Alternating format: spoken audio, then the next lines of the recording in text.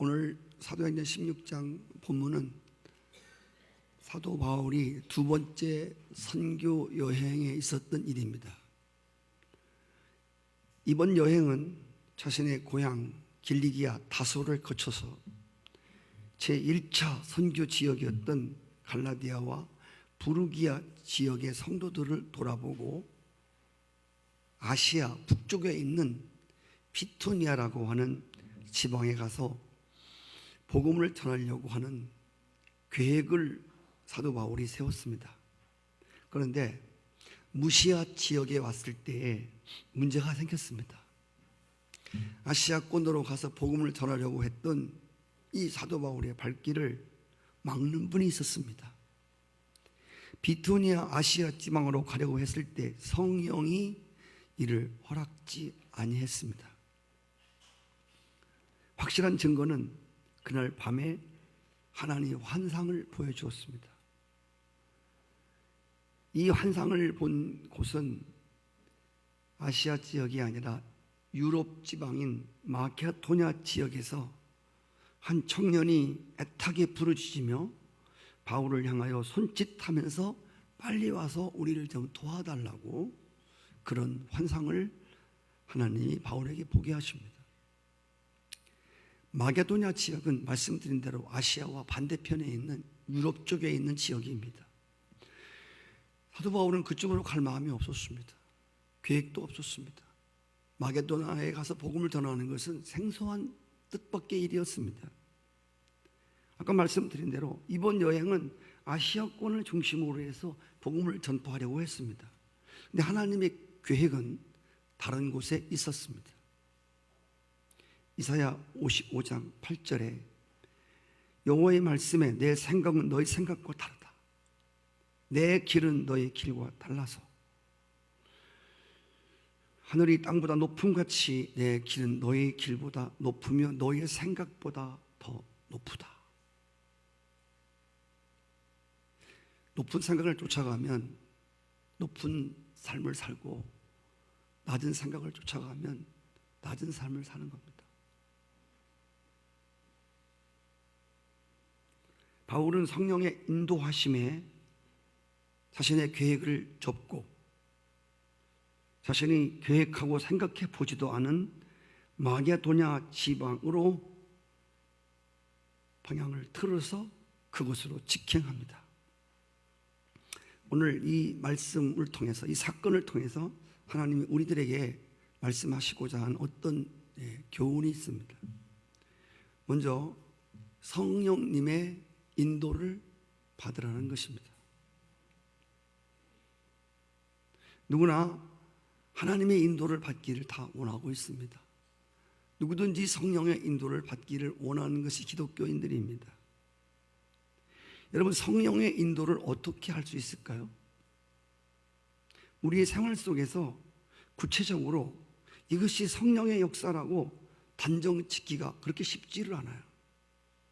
그래서 성경은 이런 게 성령의 인도를 받는 것이다. 어떤 구체적인 사례를 말씀하지 아니하고 원리를 가르쳐주고 있습니다. 성령의 인도를 받는 원리가 뭔가? 우리가 늘 성부, 성자, 성령 삼위일체 하나님 중에서 성령의 역사를 인정하고 성령과 교통하고 동행하는 사람들은 성령의 인도를 쉽게 감지할 수가 있습니다. 아, 이게 성령이 인도하시는 거다.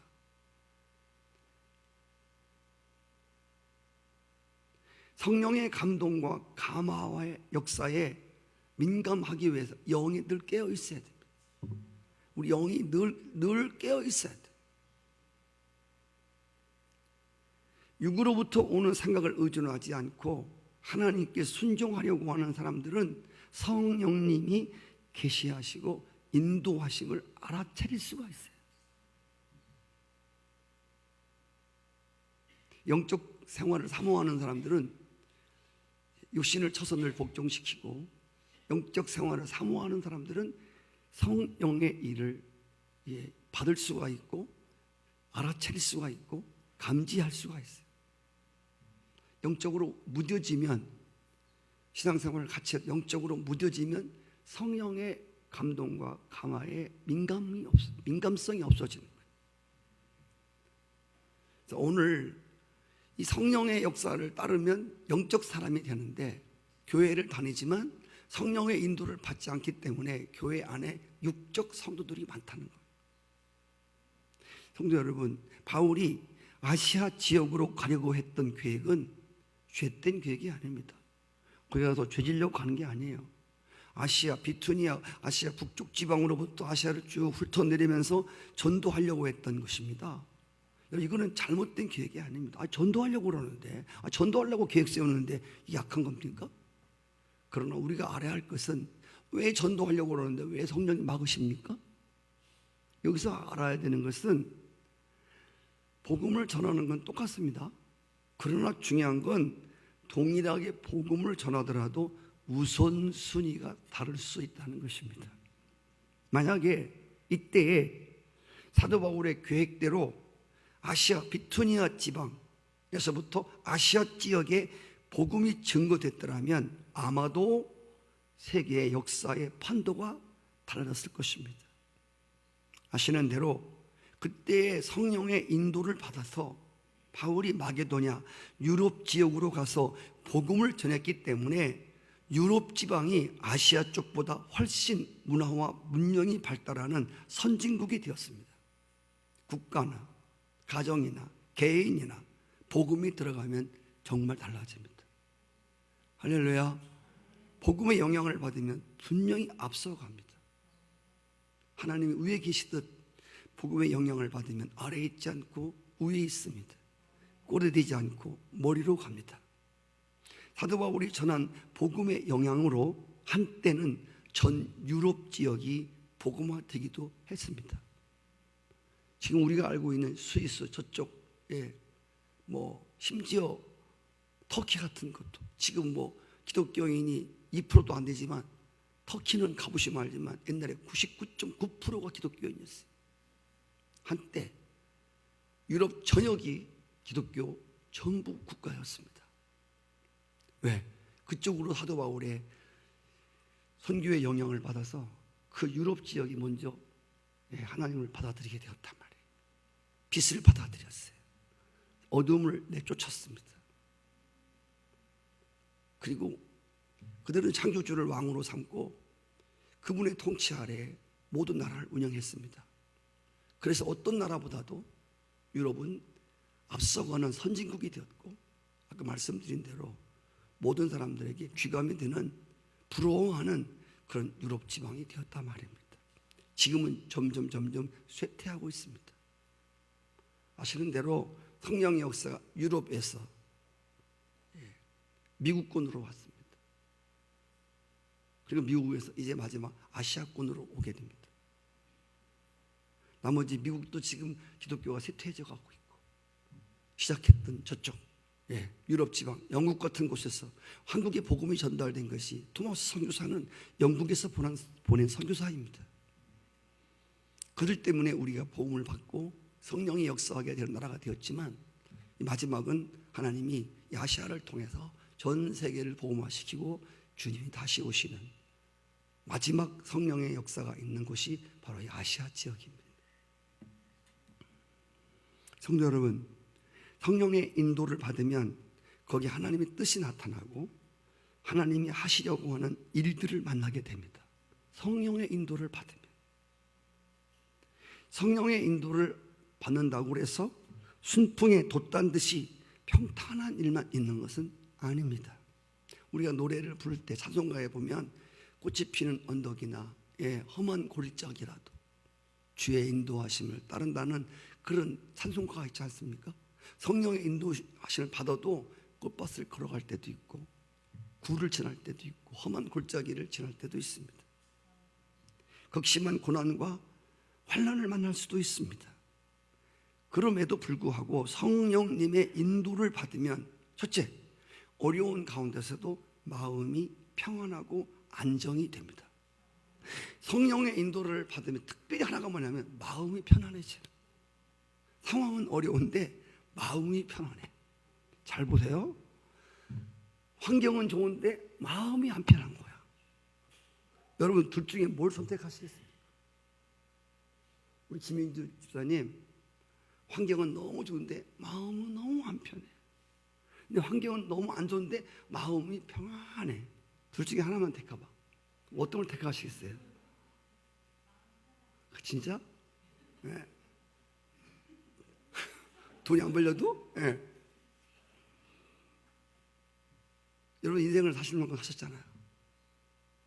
여기 오늘 오후 시간 나오신 분들은 인생을 살아보셨잖아요. 집에 뭐 정말 갈비가 가득하고 매일 집에 가면 싸우고 식구들이 모이면 그냥 상이 들썩거리고 그냥 숟갈이 왔다 갔다 그러고 코로 들어가는지 밥이 들어가는지 그런 것보다 차라리 라면 끓여 먹으면서 오손도손 사는 게 좋아요. 제가 너무 극단적 예를 들었나요? 중요한 건 성령의 역사를 따르면 환경이 좋아질 수도 있고 안 좋아질 수도 있지만 중요한 건 마음이 안정이 돼요. 마음이 편안하고 성령의 인도를 받으면 불안하지 않아요. 그리고 중요한 건 성령의 인도를 받으면 반드시 열매가 있어요. 아브라함과 롯이 서로 분가할 때에 롯은 사람들의 눈에 보이는 좋은 땅을 선택했습니다. 그곳이 장차 죄악으로 멸망할 소돔과 고모라 땅인 줄 미처 몰랐습니다. 그냥 보기 좋은 대로 택했습니다. 아브라함은 황무지처럼 보였던 하나님이 지시한 곳으로 갔습니다. 그곳이 젖과 꿀이 흐르는 땅이었습니다. 늘 말씀드리는 것처럼 잠언서 16장 25절에 보시면 어떤 길은 사람의 보기에 바르나 필경 사망의 길이 있다는 겁니다. 사람들 보기에 너무 좋은 길이야. 여기를 가면 될 것 같아. 야, 이 길을 가면 뭐가 생길 것 같아. 근데 그 길은 분명히 죽는 길이라는 거예요. 육신을 쫓는 자들은 그냥 보여지고 느껴지는 육신의 생각과 감정과 판단에 의해서 모든 것을 대부분 결정짓습니다. 여러분 중요한 것은 육신적으로 느끼고 감정적으로 느끼고 그래서 결정을 짓는데 중요한 게 뭐냐면 인간은 내일 일을 모른다는 겁니다. 내가 결정을 졌는데 어떻게 될지를 모르는 거예요, 이게. 여러분 제가 수없이 말씀을 드리지만 인간이 그 길을 가면 멸망하게 될 것이라고 하는 것을 미리 알았다면 그 길을 갈 사람이 누가 있겠어요? 모르는 게 가는 거예요. 모르고 가는 게 육신을 쫓는 사람들의 삶이에요. 자기도 몰라요. 이 길이 어떻게, 근데 어쩐지 될 것 같아, 느낌이. 여러분 우리는 느낌으로 살지 않습니다. 누가 그러는데 된다고 하더래. 여러분 그 사람이 그 사람 길도 모르는데 그 사람 얘기를 어떻게 듣습니까? 자기도 자기 가는 길을 모르는 사람 얘기를 어떻게 듣고 우리가 믿고 가냐 말이에요. 이스라엘 백성들이 길도 없는 황량한 광야를 지날 때 진짜 어디로 가야 할지 몰랐습니다. 그들은 어디로 가야, 왜 광야에 길이 없었어. 근데 아다시피 구름 기둥, 불기둥이 앞서서 그들을 인도해 갔습니다. 구름 기둥이, 불기둥이 인도해 가는 한 그들은 아무 걱정 없었습니다. 내일 일에 대해서 길이 없는 광야에서 야, 어디로 가지? 어떻게 가지? 걱정 안 했어요. 늘 말씀드렸잖아요. 구름 기둥은 성령의 감동이고 불기둥은 성령의 감화다. 우리 마음을 뜨겁게 움직이는.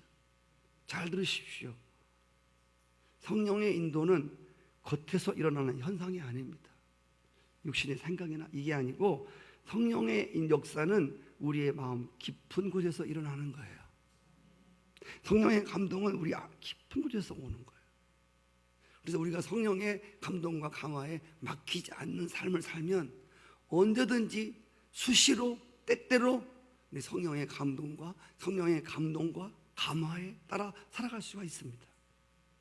로마서 8장 14절에 무릇 하나님의 영으로 인도를 받는 사람은 하나님의 아들이다. 만일 너희 속에 하나님의 영이 거하신다면 너희가 육신에 있지 아니하고 영에 있나니 누구든지 그리스도의 영이 없으면 그리스도의 사람이 아니다. 하나님의 영으로 인도를 받는 사람이 하나님의 아들이라는 말입니다. 하나님의 영으로 인도를 받으면 후회가 없어요. 죽어도 후회가 없어요. 진짜.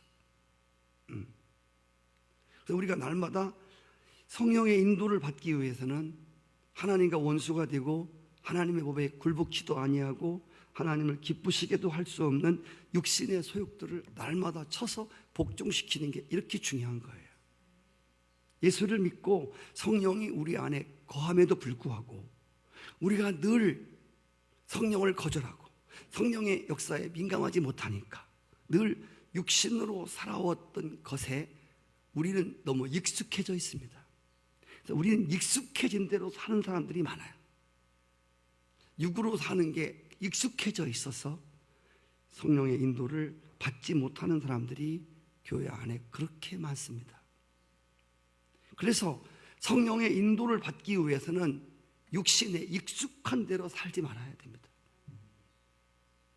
이렇게 어떤 분은 그럽니다. 성령의 인도가 있을 때 나 그런 거 안 해봤어. 내가 하기 싫어. 뭐가 하기 싫은 거예요? 우리의 안에 있는 그리스도와 연합된 영이 하기 싫은 거예요? 육신이 하기 싫은 거예요? 우리는 육이 하기 싫으면 우리 않잖아요. 우리의 속사람은 정말 하나님 기뻐하시는 것을 하기를 즐거워하고 하기를 원하는데 육은 그걸 싫어하는 거예요. 하나님과 원수가 되기 때문에. 근데 우리는 육신으로 늘 살아온 게 익숙되어 있어서 영의 작동을 받지는 않으려고 그래요. 그래서 육신에 익숙한 대로 살지 말고 우리 마음속에서 일어나는 감동과 강화를 따라 살아가셔야 돼요. 근데 이게 저 설교를 하고 있지만 이게 쉽지 않아요. 쉽지 않아요. 중요한 것은 우리가 실패를 많이 해야 돼요. 그래서 저는 그리스도 안에서 실패와 실수하는 게 결코 잘못된 것이 아니라고 생각해요. 인간은 아무리 얘기해줘도 몰라요. 그래서 내가 실제 자꾸 경험을 해야 돼요. 이렇게 육신으로 살아가니까 영이 곤고하고 이렇게 육신의 소욕대로 살아가니까 자꾸 이렇게 영이 꼬여가는구나. 하나님 관계가 자꾸만 멀게만 느껴지는구나. 자꾸 이런 것들을 이제 자꾸 깨달아야 돼요. 그래야 자꾸 우리를 성경 말씀 앞에 나를 자꾸 복종시키게 되는 거예요. 하나님 말씀 앞에 역시 하나님 말씀밖에 없구나. 역시 길은 이 길밖에 없구나. 이 길 저 길 많은 것 같았었는데 다 가보니까 꽝이야. 정말 길은 예수님이 내가 길이라고 하시더니 예수님 말씀이 진리라고 하시더니 이것밖에 없구나. 이거를 깨닫고 할렐루야 이걸 깨달아야 돼. 아까 낮 시간 말씀대로 탕자가 궁핍함과 곤고함을 깨달으니까 그 육신은 아버지께 돌아가기 싫었어요. 죽는 것만큼이나 싫었습니다. 그렇잖아요. 성공한다고 재산 다 털어갖고 나왔는데 어떻게 거지 되어서 돌아갑니까? 죽어도 하기 싫은 거예요. 여러분도 마찬가지예요. 신앙생활을 하면서 정말 목사님 그 말을 말하지 마십시오. 나 죽고 싶어요. 한번 기도해 보세요. 누가 죽어도 싫어하는가? 내 영이 죽어도 싫은가? 아니면 내 육신대로 살아온 내 습관이 내 못된 자아가 자꾸 하나님의 역사를 방해하고 있는 것을 잘 분별해 보시기를 바라요. 그래서 정말 여러분 삶 속에 익숙해 살아온 죽어도 그건 못해라고 하는 거 한번 해보세요. 놀라운 일이 벌어집니다. 죽어도 못한다고 하는 거 한번 해봐요. 순종해봐요. 그거. 정말 어마어마한 역사가 일어납니다. 여러분들이 해결하려고 했던 모든 것들, 죽어도 못한다고 했던 그 한 가지가 모든 것들을 다 하는 사람으로 만들 수 있는. 두 번째로 성령의 인도를 받고 환상을 보십시오. 꿈과 환상을 봐야 됩니다. 믿음의 사람들은 항상 하나님이 계시하시는 꿈과 환상을 보았습니다. 이따가 말씀드리겠지만 제가 환상주의자가 되라고 하는 것은 아닙니다. 환상주의자들의 특징은 늘 환상만 보려고 그래. 주여 보려고 누르고 잠깐만 이상한 게 나오지. 환상주의자가 되지 마시고 성령 안에서 기도하다 보면 하나님이 어떤 일을 행하시고자 할 때 먼저 우리의 영안을 열어서 또 우리는 또 신령한 또 기도하는 중에 꿈을 통해서 하나님의 환상을 통해서 하나님의 계획을 보게 하십니다. 그리고 사명을 주어서 환경과 싸우기도 하십니다. 아브라함도 그랬고 사도행전 7장 2절에 보시면 우리 조상 아브라함이 하란에 있기 전에 메소포타미아 있을 때에 영광의 하나님이 그에게 보여 영광의 하나님이 그에게 보여주었단 말입니다. 아브라함을 가나안으로 보내기 전에 환상 중에 보게 했단 말입니다. 그래서 아브라함이 사실 친척과 아비집을 떠나서 갈 바를 알지 못했지만 지시하신 보여준 곳으로 갈 수가 있었단 말입니다. 아브라함을 통해서 앞으로 수많은 믿음의 자손들이 생길 거에 대해서 하나님 미리 보여주었습니다. 밤하늘의 별들을 보여주었습니다. 봐라. 사실 그것은 환상이지만 믿음으로 보는 실제였습니다. 하늘의 별처럼 많게 해주리라. 다니엘을 통해서 앞으로 이스라엘을 지배하던 바벨론이 어떻게 될 것을 미리 환상을 통해서 보여주셨습니다.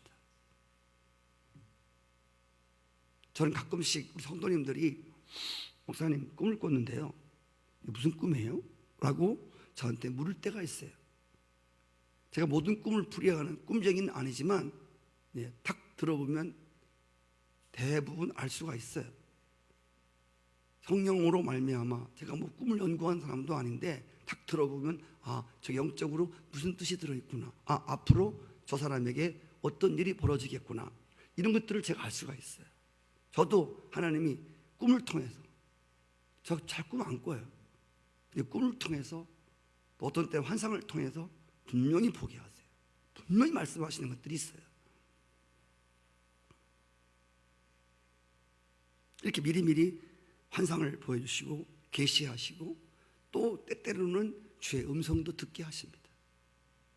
모세는 호렙산에서 출애굽 사건에 대한 확실한 환상과 계시를 보았습니다. 거역할 수 없는 하나님의 분명한 음성을 들었습니다. 요셉을 애굽의 총리로 세우기 전에 하나님 그를 통해서 이루신 일을 환상을 통해서, 꿈을 통해서 분명히 보여주었습니다. 아멘. 야곱도 외삼촌 댁으로 가다가 잠이 들어서 하늘에 사닥다리에 천사들이 오르락 내리락 하는 환상을 보았습니다. 그건 예수 그리스도의 구원을 말하는 하늘과 땅을 이어주는 다리, 예수 그리스도께서 오셔서 이 땅의 인간들을 구원하시는 그 장면입니다. 하늘이 주신 꿈과 환상에 붙들린 사람들, 성령님이 계시하신 환상의 전 생애를 드린 사람들이 모두 한 시대를 이끌어 갔습니다.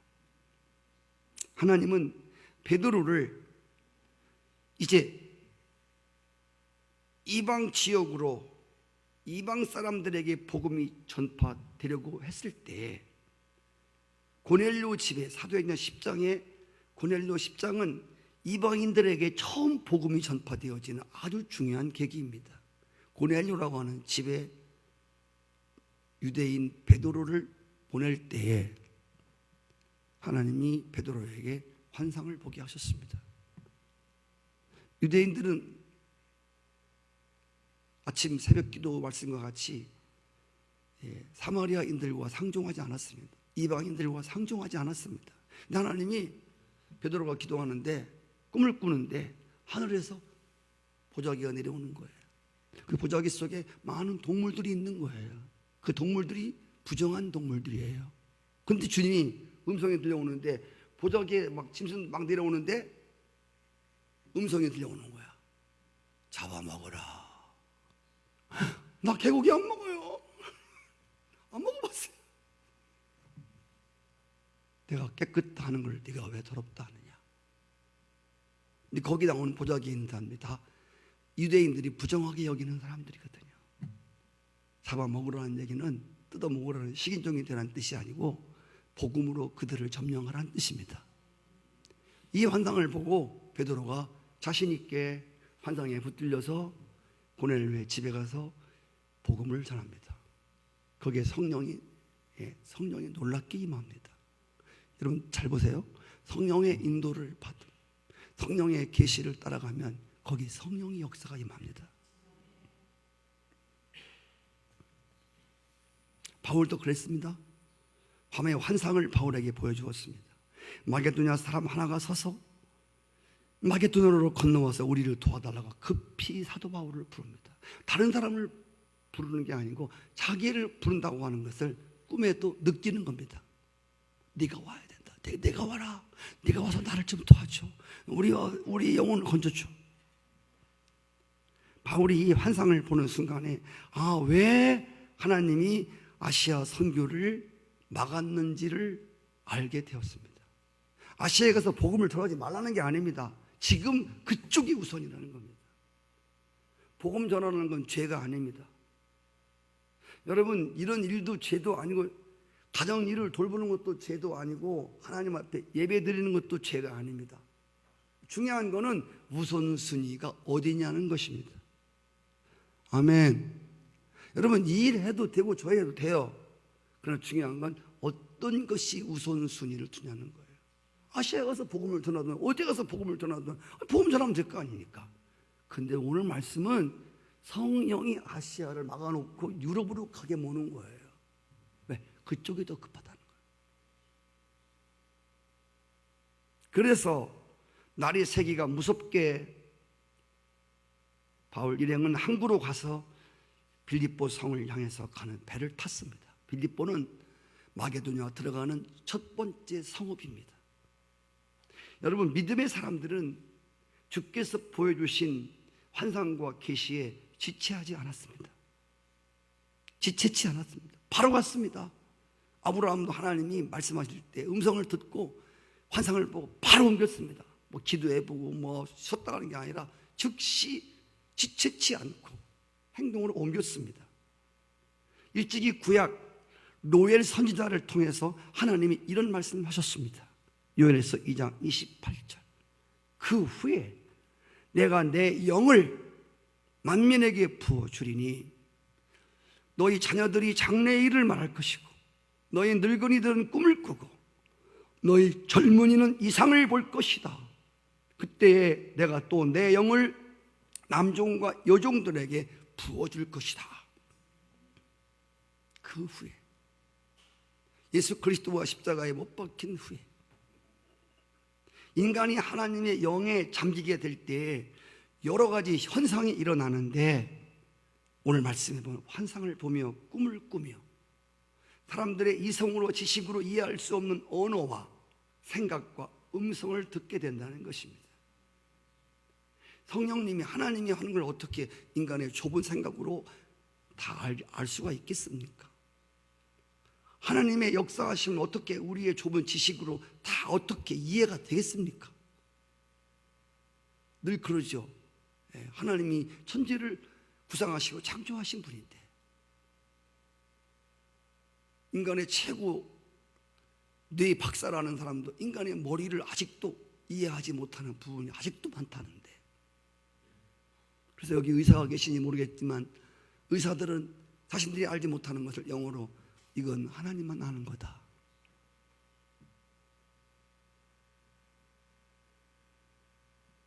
하나님만 아는, 창조주만 아는 거야. 아직도 인간의 뇌를 다 연구하지 못한.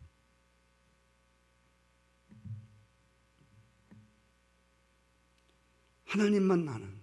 아까 말씀드렸습니다. 우리가 기도하다 보면 하나님의 영이 우리 가운데 임하다 보면 여러 가지 현상이 막 벌어지는데, 중요한 것은 한국교회가 이게 무지한 게 뭐냐면 이게 성령의 역사를 인정해야 하지만 중요한 것은 은사주의라든지 신비주의라든지 환상주의, 여러분 주의가 되면 안 되는 거예요. 주의가 되면 주의하셔야 돼요. 할렐루야. 따라해봐요. 주의가 되는 걸 주의하라. 신비스러운 걸 인정합니다. 근데 신비주의가 되면 신비만 쫓아가. 신비가 아닌 것은 에이 신령하지도 않아. 그래서 이런 일들을 누가 많이 하냐면 여자 선지자들, 여자 목사들이 이런 일들을 사실 많이 해요. 왜?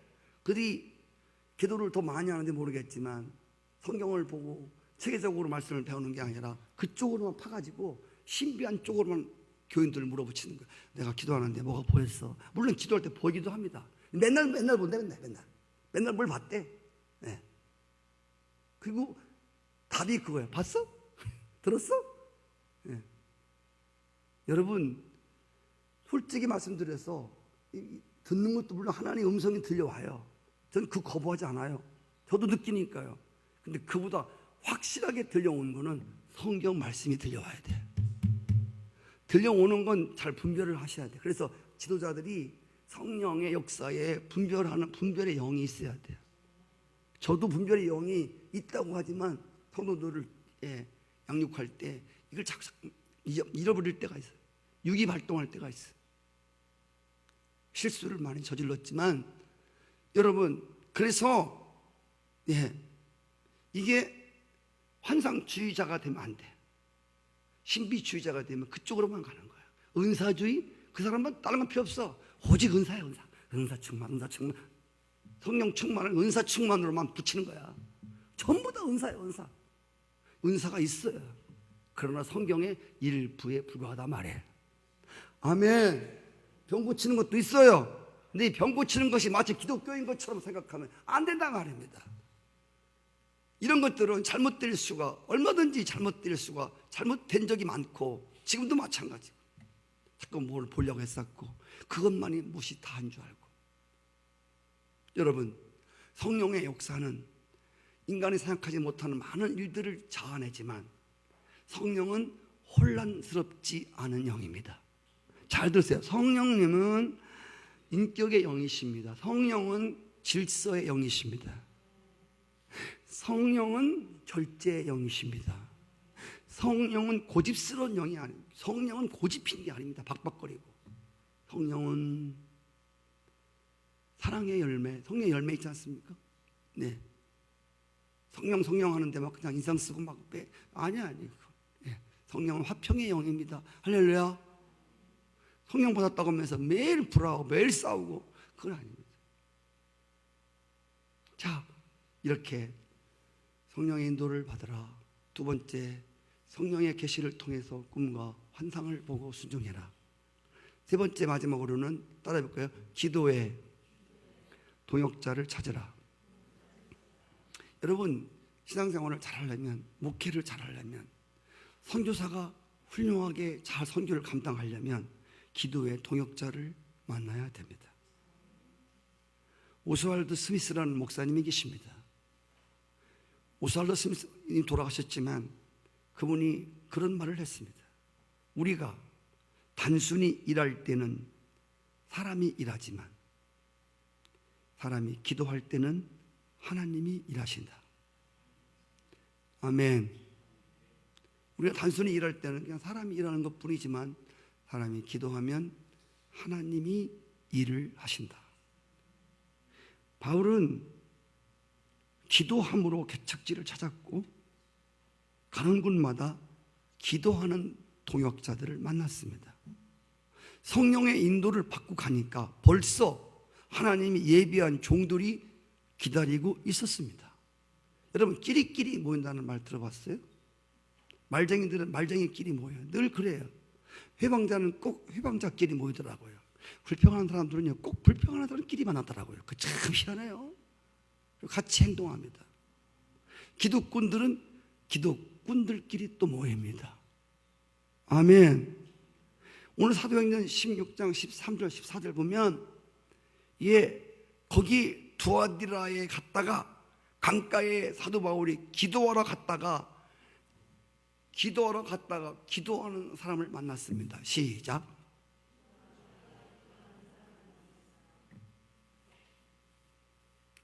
여러분 이 진리가요 정말 진리를 먼 데서 찾지 마세요. 진리는 정말 가까운 데 있고요, 진리는 어려운 게 아니더라고요. 기도하는 자를 기도하러 갔는데 거기서 기도하는 사람을 만났어요. 너무 당연한 진리 아니에요?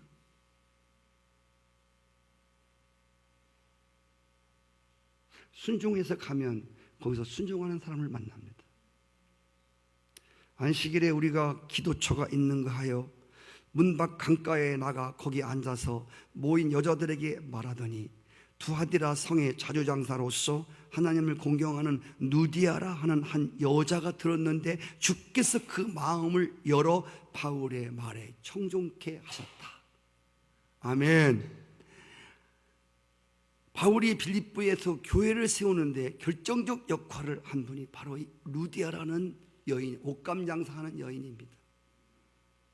루디아는 하나님이 바울을 위해서 예비해 놓은 일꾼입니다. 기도의 동역자입니다. 하나님이 예비하신 기도의 동역자를 만난다는 것이 사역자들에게는 가장 큰 힘입니다. 아멘. 모세가 기도할 때에 기도의 손이 내려오지 않도록 받쳐두었던 동역자 아론과 훌이 있었습니다. 그래서 그날 전쟁에서 승리할 수가 있었습니다. 하나님은 바울의 일행이 성령의 인도를 받아 마게도냐 지방 첫 성 빌립보에 이르렀을 때에 다른 어떤 일보다 먼저 엎드려 기도하는 일을 필요로 했습니다. 할렐루야. 하나님은 야, 너 빨리 내일해.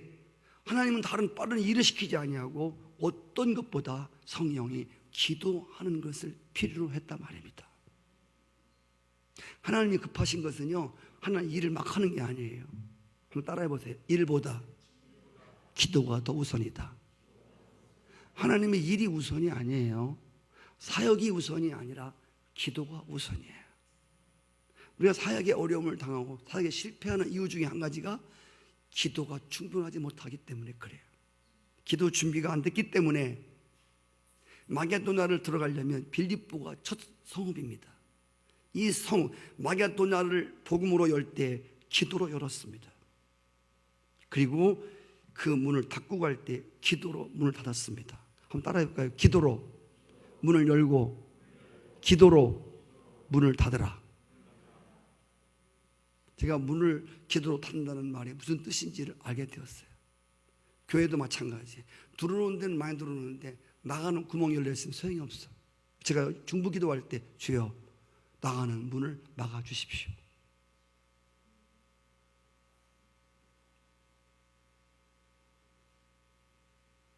기도로 하루를 기도로 열고 하루를 기도로 마치십시오. 기도로 출발하고 또 기도로 끝을 맺으십시오. 이것은 말은 쉽지만 듣기는 쉽지만 실제로 여러분 실천하는 일이 그렇게 쉽지 않다고 했어요. 그래서 우리가 어떤 일을 해놓고 속상하고 후회할 때가 많아요. 기도하면 반드시 하나님의 신이 역사를 하고 기도하면 성령이 역사를 하고 성령으로 봉사하면 후회하거나 마음이 상하지 않아요. 그래서 우리 저기 써 있잖아요. 성령으로 후회 없는 봉사를 하라고. 성령으로 후회 없는 봉사가 가능해요. 아멘. 예수님도 어떤 일을 앞에 놓고 일을 먼저 한 분이 아니에요. 먼저 제자들을 뽑을 때도 밤이 새도록 기도하시고 가서 제자들을 뽑으셨어요. 사도행전이 우리에게 주는 커다란 교훈 하나는 성령의 역사가 일어나도록 모여서 먼저 기도하는 것입니다. 오늘 교회가 기독교가 갈수록 교회가 어려워지는 이유가 뭐냐면 여러분 기독교인들이 갈수록 어려워지는 게 한 가지가 있습니다. 진짜 어렵게 생각하는 거. 기독교인들이 신앙생활을 오래 하면 할수록 어려워지는 한 가지가 있습니다. 그게 바로 기도입니다. 그래서 신앙생활을 오래 하신 분들은 기도를 잘 못해요.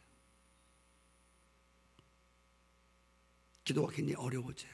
기도는 하는데 옛날 이야기는 하는데 현실에서 기도가 안 돼요. 여러분 이거 꼭 기억하세요. 기도가 막히면 모든 것이 막혀요. 기도가 힘들면 모든 삶이 힘들어요. 기도가 풀리면, 기도가 풀리기 시작하면 다른 것도 정말 술술 풀립니다. 할렐루야. 기도할 수 있는데 왜 걱정하십니까? 기도할 수 있는데 왜 염려하십니까? 기도하면서 염려하면 기도를 하지 마셔야 돼요. 기도를 안 하겠어 염려가 우리가 되는 거예요. 기도가 풀리면 진짜 풀려요. 기도가 풀리면 기대가 되고, 기도가 풀리면 여러분 우리 안에 소망이 생겨요. 아멘. 여러분 되는 것이 아무것도 없어도요, 기도가 하나님께 툭툭툭툭 올라가고 성령 안에서 기도가 계속되면요, 상황이 어떻든 간에 하나님께 기도가 올라가고 기도가 풀어진다는 사실은 이게 징조가 아주 좋은 징조입니다. 아멘. 사람들이 바쁜 일에 쫓겨서 기도하는 중요한 일을 뒤로 미루고 있습니다. 바쁜 것부터 하지 말고 중요한 것부터 하십시오. 다시, 바쁜 일부터 하지 말고 중요한 일부터 하란 말입니다. 바쁜 일을 하다 보면 중요한 일들을 하나도 못합니다. 여기 중요하다는 말은 여러분의 가치가 어디냐는 게 중요합니다. 하나님이 중요하냐, 돈이 중요하냐. 돈이 바쁜 일이냐? 돈이 바쁜 일이라면 하나님을 찾는 일은 중요한 일입니다. 돈을 버는 게 중요하다면 하나님께 기도하는 것은 정말 중요한 일입니다. 그래서 바쁜 것부터 중요한 일을 더 먼저 하랍니다. 루터가 말했습니다. 나는 바쁘기 때문에 더 많이 기도한다. 할렐루야. 그래서 우리는 전도하기 전에도 먼저 전도가 우선이 아니라 예수를 만나게 할 영혼을 위해서 충분히 기도하셔야 돼요.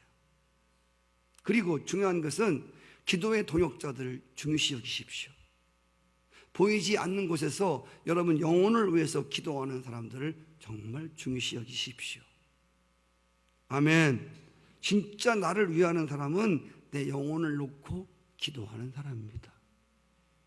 사람들은요, 보이는 곳에서 알랑하는 사람들만 내게 좋은 사람인 줄 알지, 엎드려서 내가 보지 않고 내가 듣지 못하는 사이에 내 영혼을 위해서 누군가 나를 위해 기도하는 것을 별로 여깁니다. 여러분, 기도의 동역자를 두십시오. 나를 위해 기도하는 사람들을 정말 소중히 여기십시오.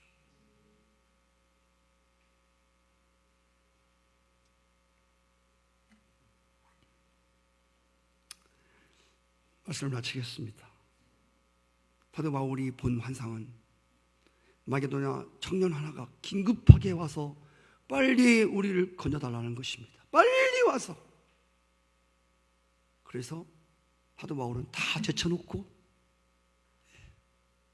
지금 와서 도와달라는 그 부름에 직행하여 그리로 갔습니다.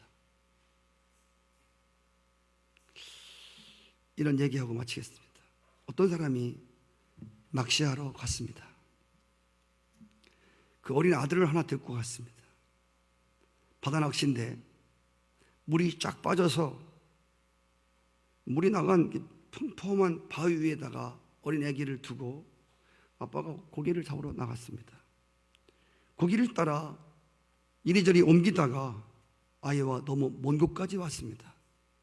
문제는 뭐냐면 오후가 되자 밀물이 막 밀려오는 겁니다. 그래서 밀물이 점점 밀려오는데 애가 너무 어리니까 막 도망가야 되니까 애가 도망가지 못하고 소리만 지르는 겁니다. 아빠! 물 들어! 빨리 와, 나 건져줘! 근데 이 아빠는 낚시에 미쳐갖고, 낚시에 미친 아빠가 아이가 부르짖는 소리를 듣지 못했습니다. 해가 저물어갈 무렵에 이 아빠가 아이가 있는 곳으로 왔는데 아이를 두었던 곳은 밀물이 삼킨 지 오래였습니다. 도와달라고 긴급히 부르는 그 아이의 소리를 듣지 못하고 다른 것에 취해 있던 아빠. 제가 이 동영상을 많이 만들기 때문에 그 타이타니크호, 지금도 뭐 지나간 명화를 보여주는 텔레비에서 지금도 자주 나오는 게 타이타니크호입니다. 타이타니크호가 이제 전도용으로 많이 쓰이거든요. 거기 마지막에